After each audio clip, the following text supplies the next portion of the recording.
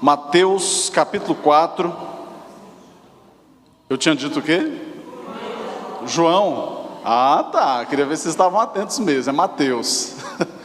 Primeiro João foi pela manhã. Mateus capítulo 4. Mateus capítulo 4. Do versículo 1 até o versículo 11. Um texto conhecidíssimo que fala sobre a tentação de Jesus. Hoje nós pegamos uma passagem de 1 João, passagem também muito significativa, e vimos a importância da expiação de Cristo na cruz do Calvário, e chamamos também sacrifício vicário, que é a substituição. Jesus assumiu a cruz em nosso lugar. Hoje vamos pegar um outro aspecto que eu prometi pela manhã, um outro olhar sobre o coração da cruz, a tentação de Jesus. Vamos lá. A seguir, Jesus foi levado pelo Espírito ao deserto para ser tentado pelo diabo, depois de jejuar 40 dias e 40 noites. E depois de jejuar 40 dias e 40 noites, teve fome. Então o tentador, que é Satanás, aproximando-se, disse a Jesus: se você é o Filho de Deus, mande que estas pedras se transformem em pães. Jesus, porém, respondeu: está escrito, o ser humano não viverá só de pão, mas de toda palavra que procede da boca de Deus. Então o diabo levou Jesus à cidade santa, colocou-o sobre o pináculo do templo e disse: se você é o Filho de Deus, jogue-se daqui, porque está escrito, ele cita o Salmo 91, aos seus anjos ele dará ordens a seu respeito, e eles o sustentarão nas suas mãos, para que você não tropece em alguma pedra. Jesus respondeu: também está escrito, cita Deuteronômio, não põe à prova o Senhor seu Deus. O diabo ainda levou Jesus a um monte muito alto, mostrou-lhe todos os reinos do mundo e a glória deles, e disse: tudo isso lhe darei se prostrado você me adorar. Então Jesus lhe ordenou: vá embora, Satanás, porque está escrito, adore ao Senhor seu Deus e preste culto somente a Ele. Outra citação de Deuteronômio. Com isto o diabo deixou Jesus, e eis que vieram anjos e o serviram. Vamos orar mais uma vez? Senhor, diante da Tua infalível palavra, nós suplicamos, ó Deus, simplesmente que Teu Espírito Santo nos conduza em absoluta soberania, porque nós somos Teus, essa igreja é Tua, esse momento é Teu, a palavra é do Senhor, e o propósito também é do Senhor. Pai, cumpre todo o Teu propósito reservado nessa noite, para o coração de todos e de cada um que está aqui. Fala, papaizinho, ao coração da Tua igreja, que assim como aconteceu com o apóstolo Paulo um dia, que as escamas caiam dos nossos olhos, que o prepúcio seja tirado do nosso coração, que assim como o Senhor falou por meio do profeta Ezequiel, que o Senhor faça o transplante, tirando o coração duro de pedra e nos dando um novo coração de carne, um coração cheio de adoração ao Senhor. Desvenda, meu Deus, o nosso olhar, para que vejamos a maravilha da Tua palavra. É a oração que fazemos em nome de Jesus, amém. Todos nós que estamos aqui, todos os que me ouvem, todos os que assistem essa transmissão, que chega longe, todos os que verão depois a gravação, nenhum de nós está isento à tentação.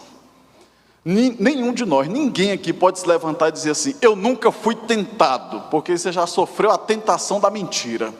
Todos nós estamos, e já estivemos em algum momento, e estaremos também nos momentos por vir, sujeitos à tentação. Até o nosso Senhor Jesus Cristo esteve sujeito à tentação.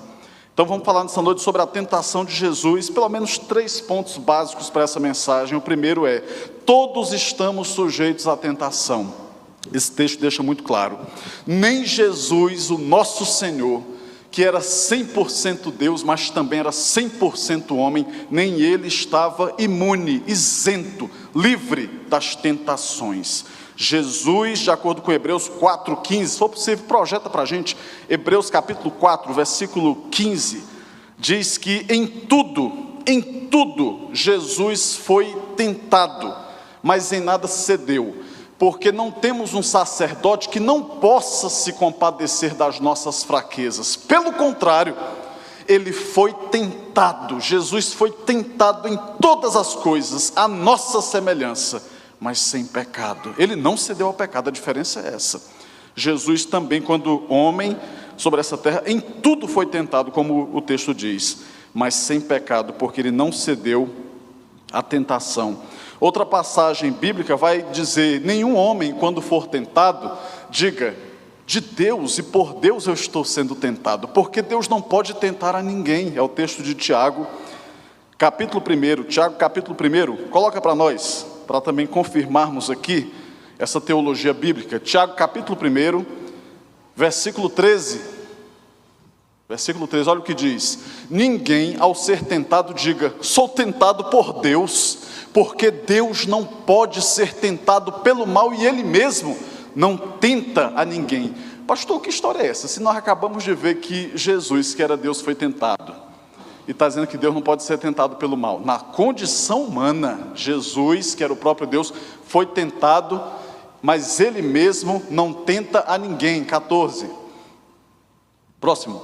Ao contrário, cada um, veja, isso aqui é o percurso do pecado. Qual é o caminho que o pecado faz até ser consumado? Isso aqui é a trajetória que o pecado trilha, desde a maternidade, do momento que ele é concebido, até o momento em que ele brota, ele nasce, ele vem à luz. Ao contrário, cada um é tentado pela sua própria cobiça. Cuidado com aquilo que você cobiça, cuidado com aquilo que você deseja muito cuidado com o seu coração. A Bíblia adverte sobre isso. De tudo que se deve guardar, guarda o seu coração, porque dele procedem as saídas para a vida. É um traidor em nosso próprio peito. Ao contrário, cada um é tentado pela sua própria cobiça, quando esta o atrai e o seduz. O pecado nos atrai e nos seduz. Todos nós temos inclinações, não somos iguais, nós somos diferentes. Aquilo que de repente é uma tentação para você, não é uma tentação para o outro. Aquilo que talvez seja uma tentação para o outro, não é uma tentação para você. E é importante discernir isso aqui, porque às vezes aquilo que é o ponto fraco de alguém, pode não ser o seu ponto fraco. Então você precisa conhecer a si próprio, conhecer a si mesmo, conhecer o seu próprio coração. Pode voltar o texto aí para nós, por favor. Porque exatamente esse é o percurso que o pecado faz. Ao contrário, cada um é tentado pela sua própria cobiça, quando esta o atrai e o seduz. É o canto da sereia do maligno, do diabo. 15.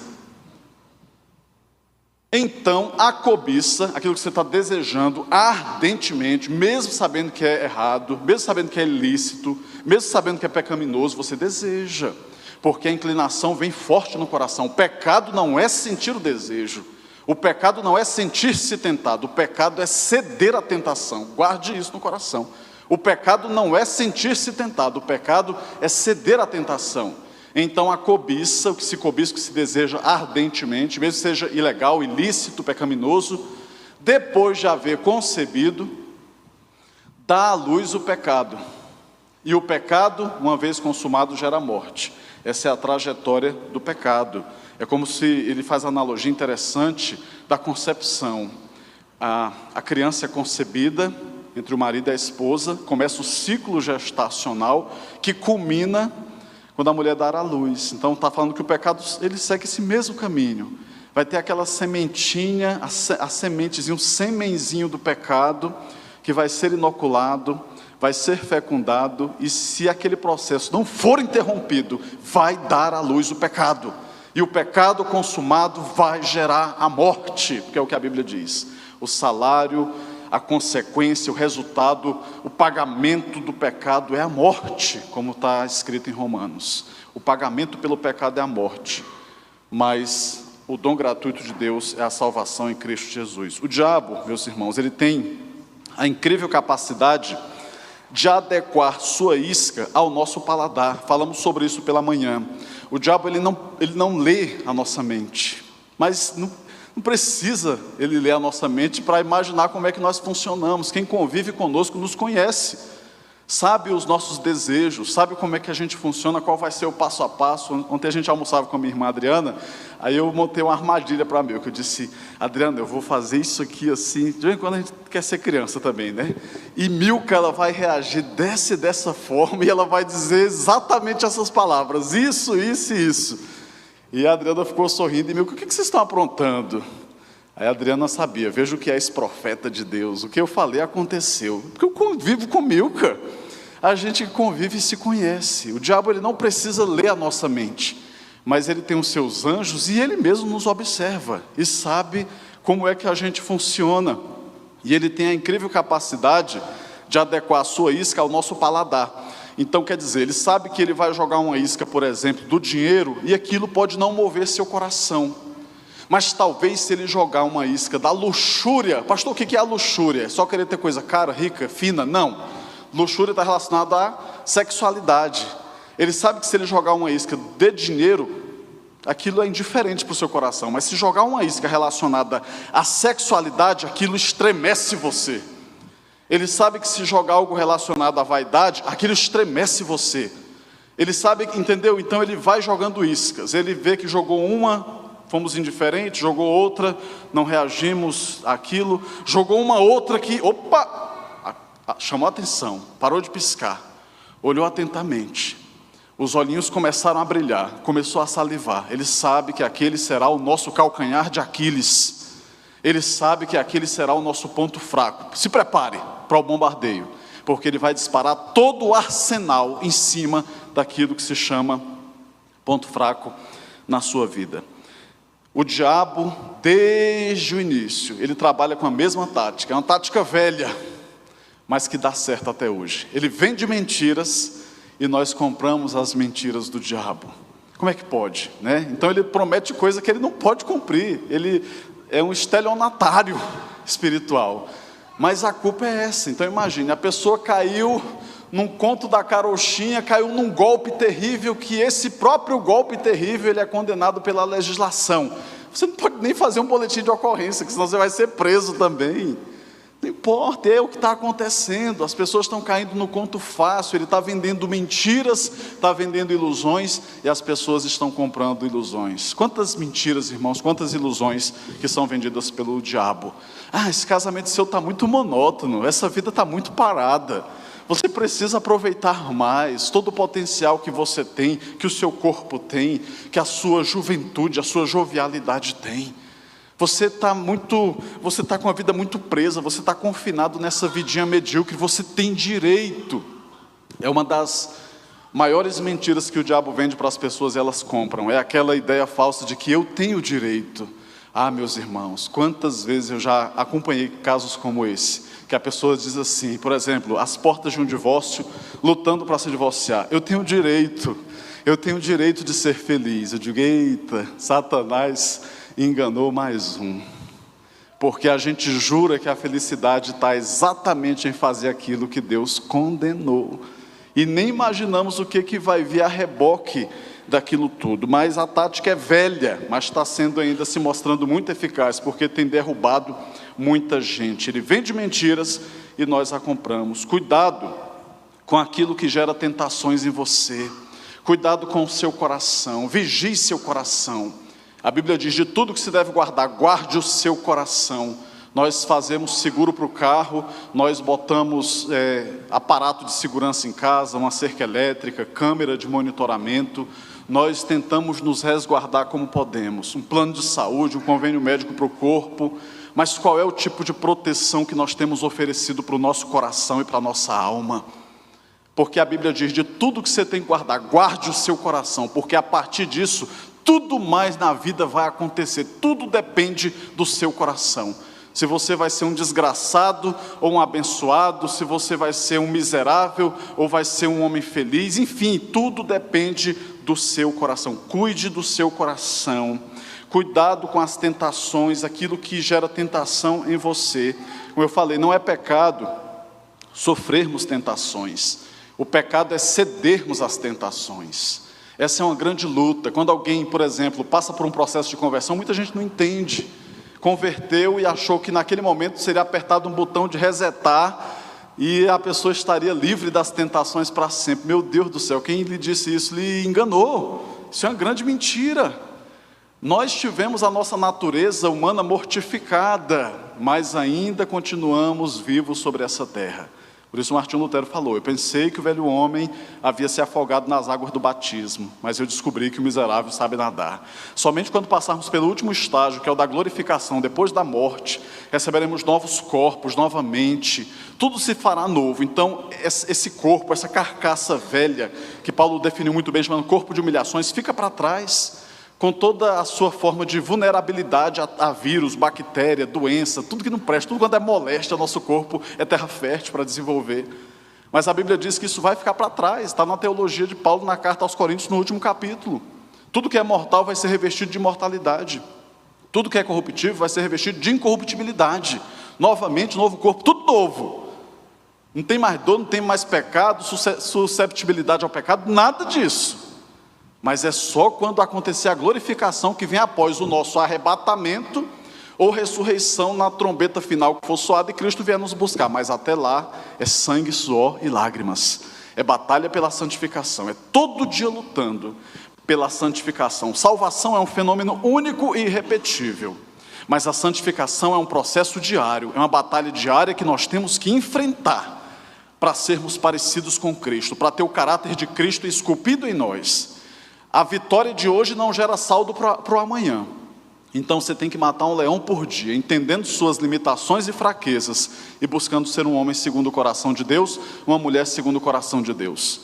Quando nós não somos convertidos, a gente não nem entende isso, então tudo é muito normal. Banalizar o corpo, a mente, o coração, a alma, o espírito é normal. Por quê? Porque está morto. Agora, quando nós somos vivificados por Cristo, de acordo com o processo de Efésios capítulo 2, quando Ele nos dá vida, quando estávamos mortos em delitos e pecados, Ele sopra o fôlego da vida, a gente é vivificado.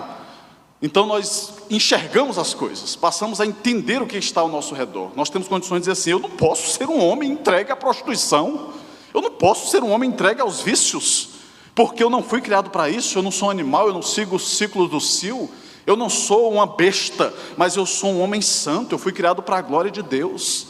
A Bíblia diz que eu não posso oferecer o meu corpo, os meus membros, os meus órgãos para o pecado, mas eu tenho que oferecê-los como sacrifício vivo diante do Senhor.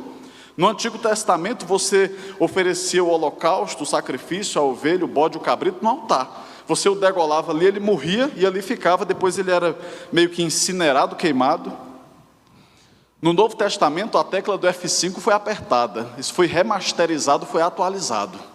Agora o sacrifício, ele morre no altar, mas ele não fica morto no altar, ele sai, que somos nós. Diante do altar do Senhor nós morremos para o velho homem, para a velha natureza, para a velha e antiga vida que tínhamos, mas naquele momento que morre, ali também nasce um novo homem, um homem de Deus, uma mulher de Deus, com a presença do Espírito Santo, que não fica no altar, mas sai do altar, para viver a sua vida de santidade, que glorifica a Jesus. Amém, igreja? Mas se fosse uma igreja pentecostal, já estava pegando fogo aqui, e o teto para desabar, reaja.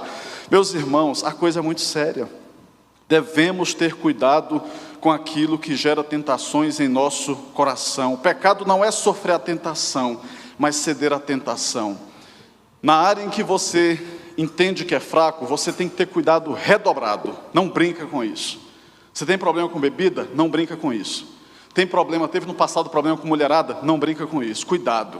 A Bíblia ela é muito taxativa, ela é objetiva, direta, e é martelo na cabeça do prego, batida só que ele entra com tudo. A Bíblia diz assim: se o teu olho te fizer pecar, arranca e lança fora, porque é melhor você entrar no céu caolho do que ir para o inferno com os dois. Se sua mão te faz pecar, arranca e lança fora, porque é melhor você entrar no céu amputado do que entrar no inferno com os dois braços. Isso é um incentivo à automutilação? Não, mas é para nos exemplificar a gravidade do pecado e o quanto que nós temos que encarar com radicalidade extrema a batalha que enfrentamos nessa vida contra as tentações e contra o pecado. Não podemos impedir, isso aqui eu ouvi no primeiro retiro, um dos primeiros retiros que eu participei na minha vida quando eu era criança. Eu ouvi a pessoa que estava ministrando o estudo falando assim: a gente não pode impedir que os pássaros voem sobre nossas cabeças, mas nós podemos impedir que eles façam ninhos. A gente não pode impedir que os maus pensamentos nos visitem, mas nós podemos impedir que eles façam morada. Se você percebe que não tem maturidade para ter um smartphone com internet, você tem que se autodisciplinar. Você tem que aprender que você não pode entrar para ambientes solitários com um equipamento que tem acesso à internet, porque você vai para a internet, você tem pornografia para todo tipo de doente. E aquilo ali começa com doses simples, mas é um tipo de dependência, como se fosse uma dependência química, e mais grave ainda, porque cada vez vai pedindo uma dose maior. Então a pessoa começa processos de autossatisfação, pessoalmente, mas depois sente que precisa materializar aquilo. Então você vai ver que depois você caiu numa grande enrascada e cilada. E aquilo começou como algo bem pequenininho. Os grandes e caudalosos rios, como o rio Amazonas, que é um dos maiores do mundo, se não o maior, ele não começa grande daquele jeito, ele começa nas gotas da nascente. Os grandes pecados que levam ao colapso e à derrocada completa, eles começam pequenininhos, aparentemente inofensivos. É igual a cobra quando sai do ovo. O pastor não sabia nem que cobra nascia do ovo. Isso aqui é conversa para outra aula de biologia. Nasce pequeno. Talvez você pegar com 2 dedos aqui, você consegue matar. Mas deixa crescer para ver o que acontece. É igual os cupins no telhado de uma casa, no móvel da sua casa. Você pega aqui, se você fizer isso aqui com 2 dedos, ele desapareceu. Se pegar um cupim, botar entre os 2 dedos e fizer isso aqui, ele desaparece. Deixa ele entrar em ação. Você vê o que aquele bichinho que parece inofensivo é capaz de fazer. Ele devora a madeira inteira. Daqui a pouco o telhado desmorona. Daqui a pouco uma peça de madeira de lei vai ser carcomida, vai ser devorada. E assim é o pecado. Não brinca com o pecado. Não brinca com o pecado. Salomão advertiu sobre isso. Perguntas retóricas. Por acaso alguém trará brasa sobre o peito e não se queimará? Pergunta retórica, porque a resposta é óbvia. É claro que vai se queimar. Por acaso alguém pisará os pés sobre a brasa e não se queimará? Pergunta retórica, porque a resposta é óbvia. Vai queimar. Não brinca com fogo, porque quem brinca com fogo se queima. Não brinca com coisa séria. Guarda o seu coração e guarde sua alma. Quando pensamos sobre a tentação de Jesus, em segundo lugar, nós vimos em primeiro que todos estamos sujeitos à tentação. Em segundo lugar, nós vemos que nossa base espiritual será crucial para resistirmos à tentação. A nossa base espiritual será crucial, definidora, para saber se nós vamos resistir ou não à tentação. Qual é a sua base espiritual? Colossenses fala, por exemplo, sobre o conhecimento da palavra. Habite em vós ricamente a palavra de Deus. O quanto que você conhece da Escritura Sagrada? Ou você é uma pessoa que conhece mais o horóscopo do que a Escritura Sagrada? Ou você é uma pessoa que conhece mais os conselhos da filosofia vã do mundo do que os conceitos de Deus, os conselhos de Deus que estão prescritos na Escritura Sagrada? O quanto que você conhece da palavra de Deus? A palavra de Deus, ela faz parte da armadura espiritual que está descrita em Efésios.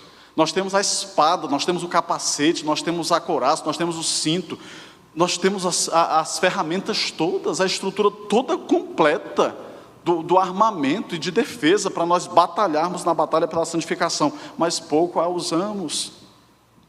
Quantos não conseguem manejar a palavra de Deus porque não tem intimidade com a palavra de Deus, porque não conhece a palavra de Deus? Cai em toda cilada, toda armadilha por causa do desconhecimento e ignorância. Um profeta de Deus falou na antiguidade: o povo foi destruído porque faltou conhecimento. Quanta gente que mata e morre pela Bíblia. Não, nós temos que ser uma nação cristã. Eu quero lutar pelo direito de ter Bíblia nas bibliotecas, nas escolas, e ser ensinado nas escolas, mas não abre a Bíblia dentro de casa, não lê a Bíblia toda. A gente fez um desafio para a igreja, porque perguntamos quando chegamos aqui: quem ama a Bíblia? Eu. Quem está disposto a matar e morrer pela Bíblia? Eu. Quem já lê a Bíblia toda? Não, aí não tem condições, isso é incoerência. Isso é uma incoerência absurda, e o cenário mudou, porque todo ano nós temos a chance de ler a Bíblia toda pelo menos uma vez. Quantos aqui já leram a Bíblia toda, pelo menos uma vez? Oh, o negócio melhorou muito, hein? É assim, meus irmãos, quanto mais lermos, mais conheceremos, e mais estaremos habilitados para enfrentarmos qualquer batalha. No texto que nós vimos aqui, volta lá para o texto de Mateus 4, versículo 5, ele é muito interessante. Mateus capítulo 4, versículo 5.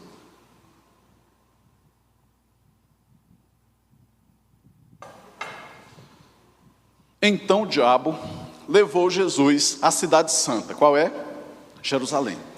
Colocou sobre o pináculo, lá no topo do templo. Vou passar? 6. E disse: se você é o Filho de Deus, jogue-se daqui, porque está escrito. Ele cita a palavra de Deus. Ele cita o Salmo 91. Só que você tem que entender uma coisa, que a palavra de Deus na boca do diabo é palavra do diabo. A Bíblia, já se diz que a Bíblia pode ser a mãe de todas as heresias. Se você a manejar, se você a manusear de maneira inadequada, ela perde a sua eficácia, ela perde o seu efeito. Nós não podemos adulterar a palavra. O que é adulterar a palavra? É dizer assim, não, está pesado demais, está concentrado demais. Deixa eu botar uma aguinha aqui para ver se... A gente recebeu uns amigos do Pará e trouxeram um açaí para a gente do grosso. Aí só que foi pouco, né? Eu estou falando aqui depois que praticamente já acabou. Aí, meus irmãos, eu fiquei assim de, meu Deus, vai acabar muito rápido. Aí eu fui tentar melhorar, né, a quantidade, aí botei água demais. Aí ficou aquele trem aguado assim, eu sacrifiquei quase 1 litro de açaí. Por quê? Porque eu achei que seria vantagem. Às vezes nós olhamos para o conteúdo bíblico e pensamos assim, está muito concentrado, está muito forte. Eu não tenho condições de aguentar uma dose como essa não. Deixa eu dar um jeitinho. Aí vamos tentando manipular. Aí a gente vai recortando o texto, vai lendo só a parte A do texto, não abordamos aquilo como um todo, não vemos o que a Bíblia como um todo fala sobre certas coisas, e isso não vai gerar efeito nenhum. Ou a palavra você a absorve, ou você a recepciona, ou você a lê e a encara como propósito de praticar completamente, ou ela não vai surtir efeito na sua vida. É igual a posologia médica, o médico dizia assim, ó, você vai ter que tomar por 1 semana, de 8 em 8 horas, vai tomar esse antibiótico, aí você no 2º dia tomando, já sente melhor, abandona. Não, já acho que eu estou melhor. Não vai completar. Então nós temos que fazer aquilo que é o correto, e o que é bíblico, e o que é completo, para que o tratamento seja eficaz. Se você é o Filho de Deus, jogue-se daqui, porque está escrito. Ele cita a palavra. Então ele joga uma armadilha para que Jesus possa cair, porque ele vai na própria palavra. Só que Jesus não era um inexperiente, Jesus não era um bebezinho, Jesus não era um conhecedor de fim de semana da Escritura. Ele conhecia a Escritura de ponta a ponta, e ele sabia inclusive as aplicações do texto bíblico. Porque o interessante quando você estuda sobre as grandes religiões, irmãos, acreditem, me parece que dessas que são mais famosas no Brasil, aproximadamente 80 a 90%, até daquelas que a gente considera seita, 80 a 90% aceitam a palavra que nós cremos como palavra de Deus, só que com várias distorções, pela metade às vezes, uma parte ou outra, aquela que é mais interessante. Tinha um escritor argentino que ele falava sobre o 5º evangelho. Aí eu disse, meu Deus, que 5º evangelho é esse? Só que ele dizia assim, os 4, Mateus, Marcos, Lucas e João. O 5º é aquele que a gente compõe só com as partes que a gente gosta. Esse 5º evangelho ele é inútil. Ele tem que ser abandonado imediatamente, porque para nós o que vale é essa palavra aqui. Então eu abri meu TCC com a frase de Martinho Lutero, esculpi na abertura lá do meu TCC, que dizia o seguinte, abre aspas, se aquilo que você crê não se encaixa nas Escrituras, você deve abandoná-lo, mesmo que faça chover milagre todos os dias, fecha aspas. É isso mesmo. Aos seus anjos dará ordem a seu respeito, e eles o sustentarão nas suas mãos, para que você não tropece em alguma pedra. Como foi que Jesus reagiu a isso? Versículo 7. Jesus respondeu, também está escrito. Ele contra-ataca, ele reage contra-atacando com a própria palavra.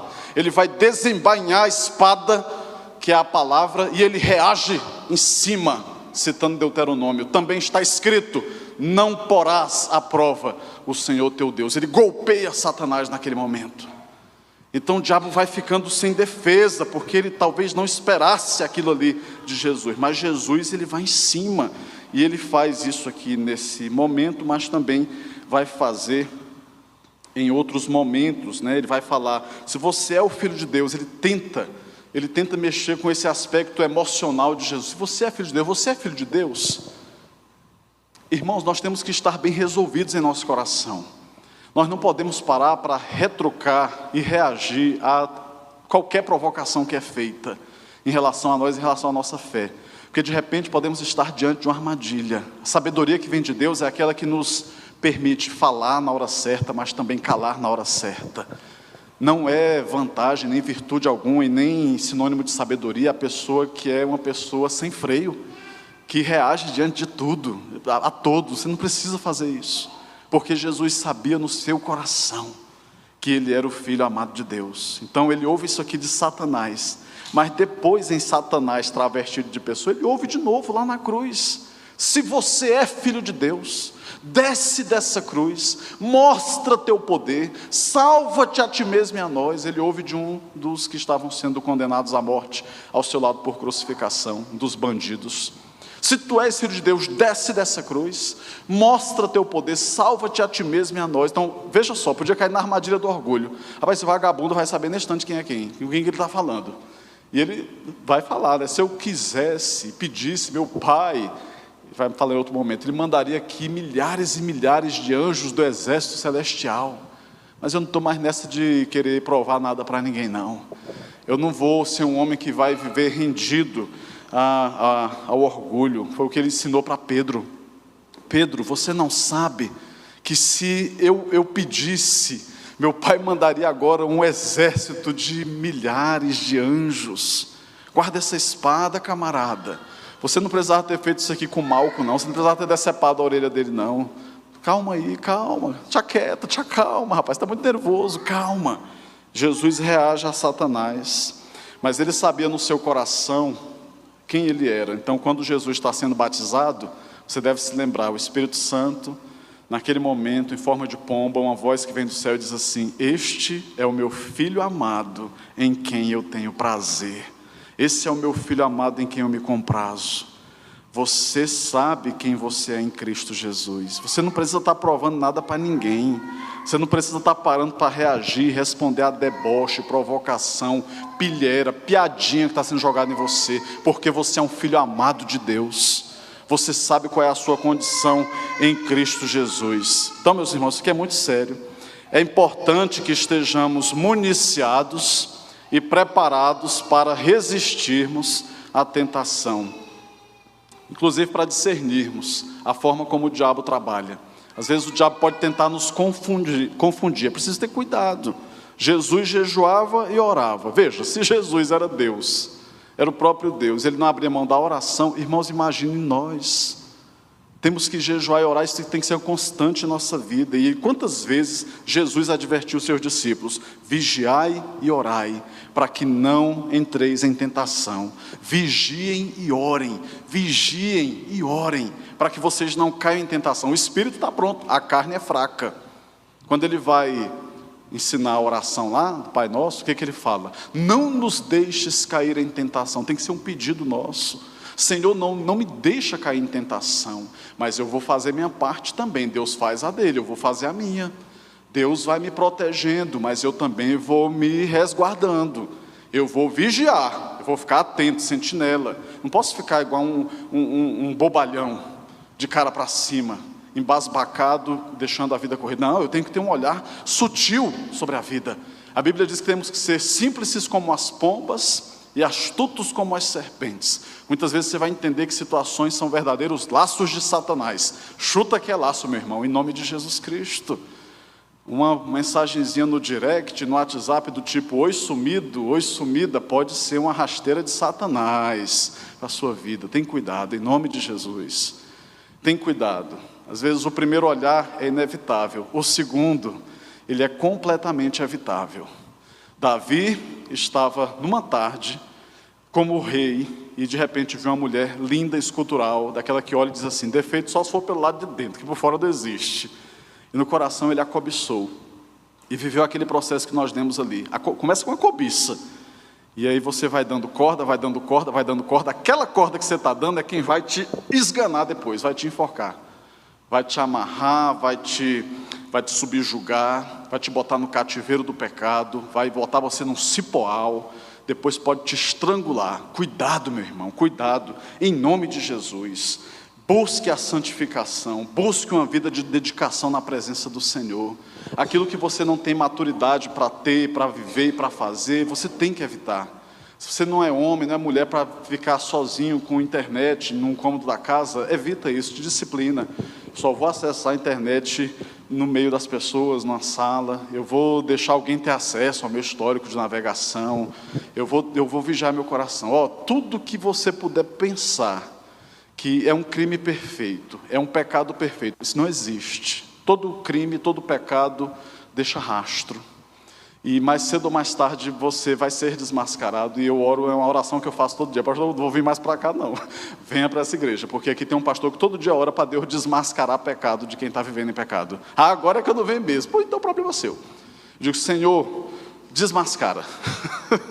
Desmascara em nome de Jesus. Deixa um rastro ali que a pessoa possa descobrir, para que o teu filho seja liberto. Irmão, não tem vergonha e constrangimento e humilhação que se comparem com o dano que um pecado pode causar na vida de alguém. Não tem. É melhor passar pela vergonha, pela humilhação de ser desmascarado, do que ser completamente sufocado pelas mãos de Satanás. Cuidado. Tenha muito cuidado. Não, pastor, mas eu sou muito cuidadoso. Teve um camarada chamado Bill Clinton, que ele namorou com a secretária dele. O camarada era simplesmente presidente dos Estados Unidos, o país mais importante, mais poderoso do mundo. E foi descoberto. Então, um homem que tinha o FBI, um homem que tinha a CIA à sua disposição, ele foi desmascarado. O nome da mulher entrou para a história, Mônica Lewinsky. Se Bill Clinton foi desmascarado, você não vai ser, é uma questão de tempo. Não brinca com o pecado, não brinca com aquilo que é tão grave e tão sério. Se nós sabemos que o pecado matou nosso Senhor Jesus, nós não podemos brincar com aquilo que matou o nosso melhor amigo. Nós precisamos, irmãos, ter essa consciência tão forte e profunda do Evangelho. Não esqueça esse segundo ponto. Nossa base espiritual será crucial para resistirmos à tentação. Invista em sua vida espiritual. Invista em momentos devocionais. Invista em amizades espirituais. Gente que te faça aproximar do Senhor Jesus Cristo. Gente que não tenha medo de perder o seu respeito, a sua amizade, a sua presença. Que não está nem aí para o que você vai achar ou deixar de achar. Tenha amigos que tenham coragem de te confrontar. Que tenham coragem de olhar nos seus olhos, suspender pelo colarinho e dizer assim, cria vergonha, você é um sem vergonha, rapaz. Você não é homem não, você é moleque. Você está dizendo que é crente, mas você é uma vergonha para o Evangelho. Você não é homem de Deus não. Tem coragem de ter amizades como essa. Porque as outras amizades que não tem coragem de confrontar, está tudo muito bem, até aplaude o seu pecado, isso aí, irmãos, é fomento do diabo para você cair na tentação e no pecado. Fica perto de gente que te ajuda a crescer e desenvolver espiritualmente. Terceiro e último ponto, que eu considero o ponto mais importante dessa mensagem, falando sobre a tentação de Jesus, é que o objetivo principal da tentação é nos desviar da cruz. Guarda isso aqui no seu coração para sempre. O objetivo principal da tentação é nos desviar da cruz. Por que eu estou falando isso aqui, irmãos, para vocês? Você já parou para pensar por que o diabo se deu ao trabalho e ele teve a petulância de enfrentar Jesus depois de 40 dias jejuando e orando? Por que o diabo teve a petulância, a audácia de enfrentar Jesus espiritualmente depois de 40 dias de oração, jejum e consagração? Porque ele sabia que se Jesus chegasse até a cruz, ele estaria acabado. Então ele tenta de todas as formas fazer com que Jesus se distraia. Ele tenta fazer de todas as formas com que Jesus perca o senso daquilo que é o prioritário, a razão principal da sua vida. Jesus não veio fazer um tour por essa terra. Ele não estava vivendo um tédio no céu e disse assim, eu vou já na terra ver o que está acontecendo por lá, conhecer novos ares. Então o verbo não se fez carne e veio habitar entre nós para passear, mas ele veio com um propósito. Falei pela manhã, Jesus nasceu para morrer. Ele não veio simplesmente para passear pela terra. Se Jesus tivesse apenas nascido, o plano não teria sido cumprido, o plano de Deus, o plano perfeito. Se Jesus tivesse nascido e vivido ali até mais ou menos 12 anos, quando ele ensina os doutores da lei, o plano teria sido incompleto. Se Jesus tivesse nascido, vivido até os 12 e avançado até o cumprimento ali definitivo dos 3 anos de ministério, o plano não teria sido perfeito. Jesus precisava morrer naquela cruz, para cumprir a justiça de Deus e satisfazer o preço pela nossa salvação. Foi por isso que Jesus nasceu, para morrer na cruz do Calvário. É na cruz, irmãos, que Jesus morreu, mas foi na cruz que nós também tivemos a oportunidade de viver. Foi a morte de Jesus na cruz do Calvário que nos deu a esperança da vida.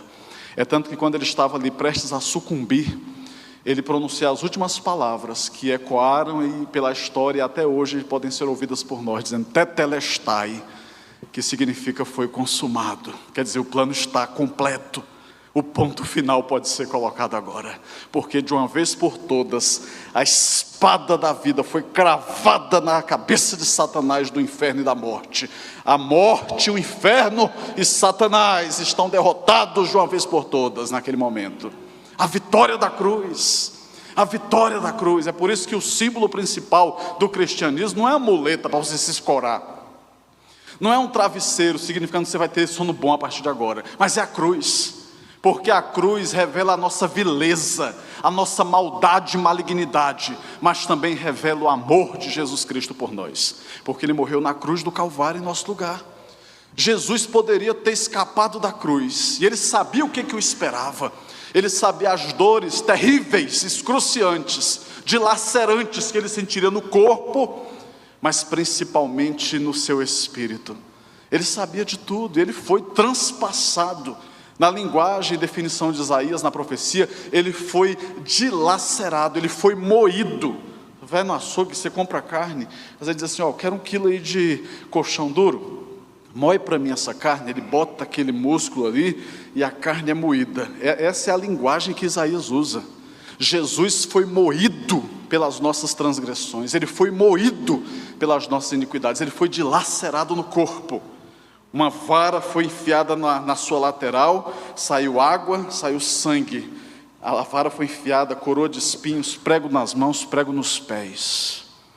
Mas ele cumpriu cabalmente, ele não escapou da cruz. Ele, sabendo o que passaria, ele ora, Pai, se for possível, passa de mim esse cálice, mas que não seja como eu quero, mas como tu queres. Deus disse não para o seu próprio filho. Você não pode escapar da cruz, porque o plano vai ficar incompleto e vai ser um plano imperfeito. Ele foi submisso, e a Bíblia diz que ele foi submisso até a morte, e morte de cruz. Quando Jesus estava de pendurado na cruz do Calvário, ele diz, Eli, Eli, lama sabachthani, Deus meu, por que me desamparaste? Nós geramos, irmãos, uma ruptura que eu não tenho condições de explicar para vocês como é que foi. Mas nós geramos uma ruptura tão brutal, cósmica, na Trindade Santa, que eu não sei, meu Deus do céu, como é que aquilo foi possível? Porque quando você estuda, você não consegue definir com muita objetividade e clareza o que é a Trindade, mas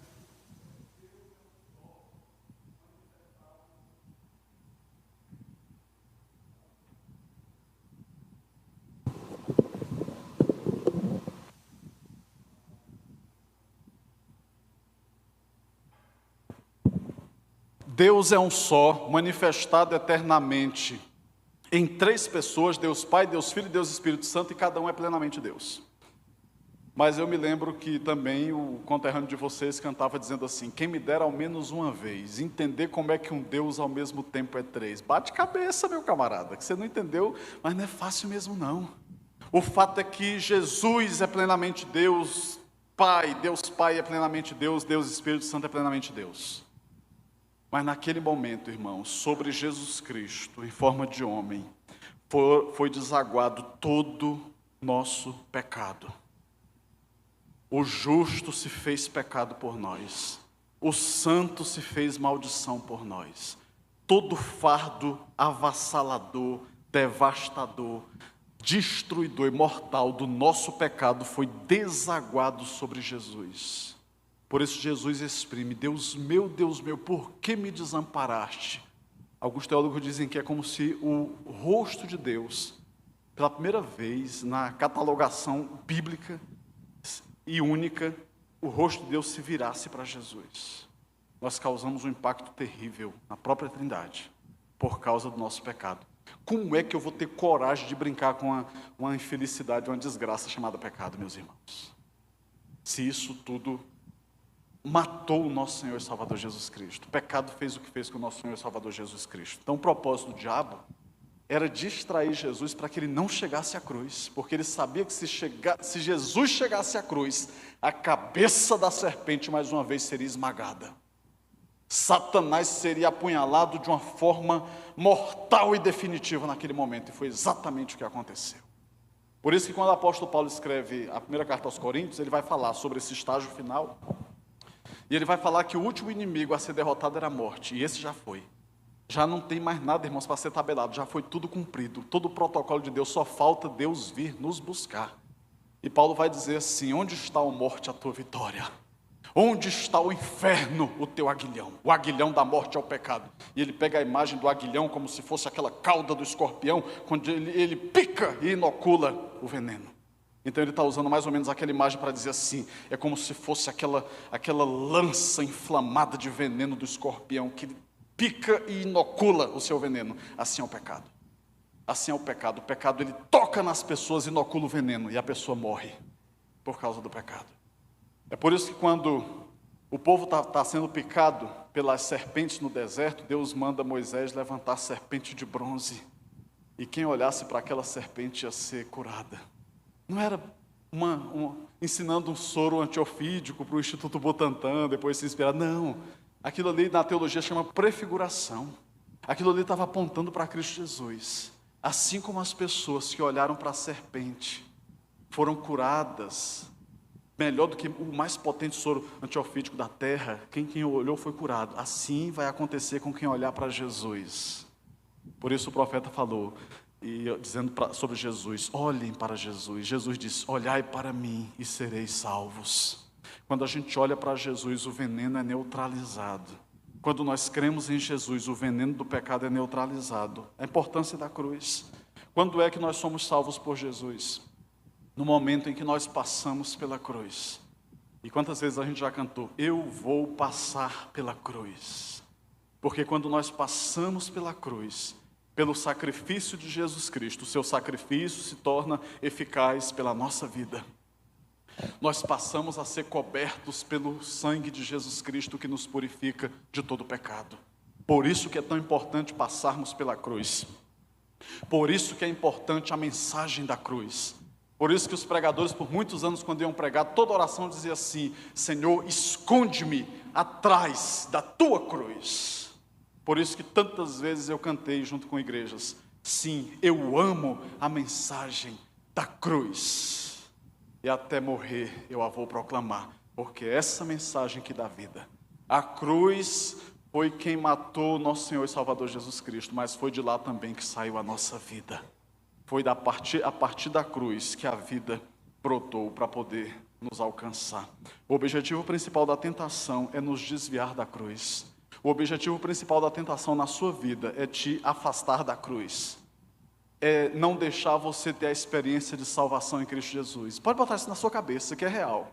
Assim como o diabo teve a audácia de tentar a Jesus para que ele não chegasse até a cruz, tudo que o diabo puder botar de tentação no seu caminho para te impedir de chegar até a cruz, ele vai fazer. Porque ele sabe que quando você chegar aos pés da cruz, você vai ter a vitória definitiva de Deus na sua vida. Deus vai esmagar a cabeça da serpente mais uma vez. Toda a eficácia do que foi feito por Cristo na cruz do Calvário, 100% será aplicado para a sua vida. Todo o poder que emana da cruz vai invadir seu coração e sua alma. Todos os propósitos eternos de Deus para a sua vida serão cumpridos. Você será transformado de criatura em um filho amado de Deus, em uma filha amada de Deus. Por isso, cuidado com as tentações, porque a tentação nos afasta da cruz. A cruz, meus irmãos, é o preço que nós carregamos por caminharmos com Jesus. Simão Cirineu teve que cumprir o seu papel de carregar a cruz. Todos nós temos o nosso papel de carregarmos a nossa cruz. A Bíblia diz que quem não toma a sua cruz e não segue a Jesus não é digno dele, não é digno do céu. Nós não temos como escapar da cruz. Nós não temos como retalhar, cortar, diminuir a cruz. Cada um de nós tem um propósito do Senhor. Não fuja do propósito do Senhor. Às vezes você está chamando de cruz a batalha pela santificação. É o mínimo que eu e você podemos fazer. É buscar ter uma vida na presença de Deus, é estarmos nos preparando para o encontro com o nosso noivo, com o nosso Deus, nas bodas celestiais. A gente vai fazer um exame, vai fazer uma cirurgia, você tem um preparo. Aí você faz um preparo, fica tantas horas em jejum, você se abstém de um monte de coisa, porque você sabe que vai valer muito a pena. Encara a batalha pela santificação dessa forma. Eu estou me preparando para um momento sublime. Eu não sei quando é que o meu Senhor vai voltar, mas eu quero que Ele me encontre pronto, eu quero que Ele me encontre digno, porque Ele diz que vai vir buscar a sua igreja, mas quer encontrá-la sem marca, sem mancha, sem mácula, sem ruga. Ele quer encontrar a sua noiva do jeito que Ele deixou. Então eu não vou jamais macular a igreja, o nome de Jesus Cristo nessa terra, porque eu quero viver na presença do meu Deus, na presença do meu Senhor. Seja o que for, aconteça o que acontecer, custe o que custar, eu vou viver com radicalidade a minha vida cristã, até que nada mais importe, porque esse é o plano de Deus para a minha vida. Amém?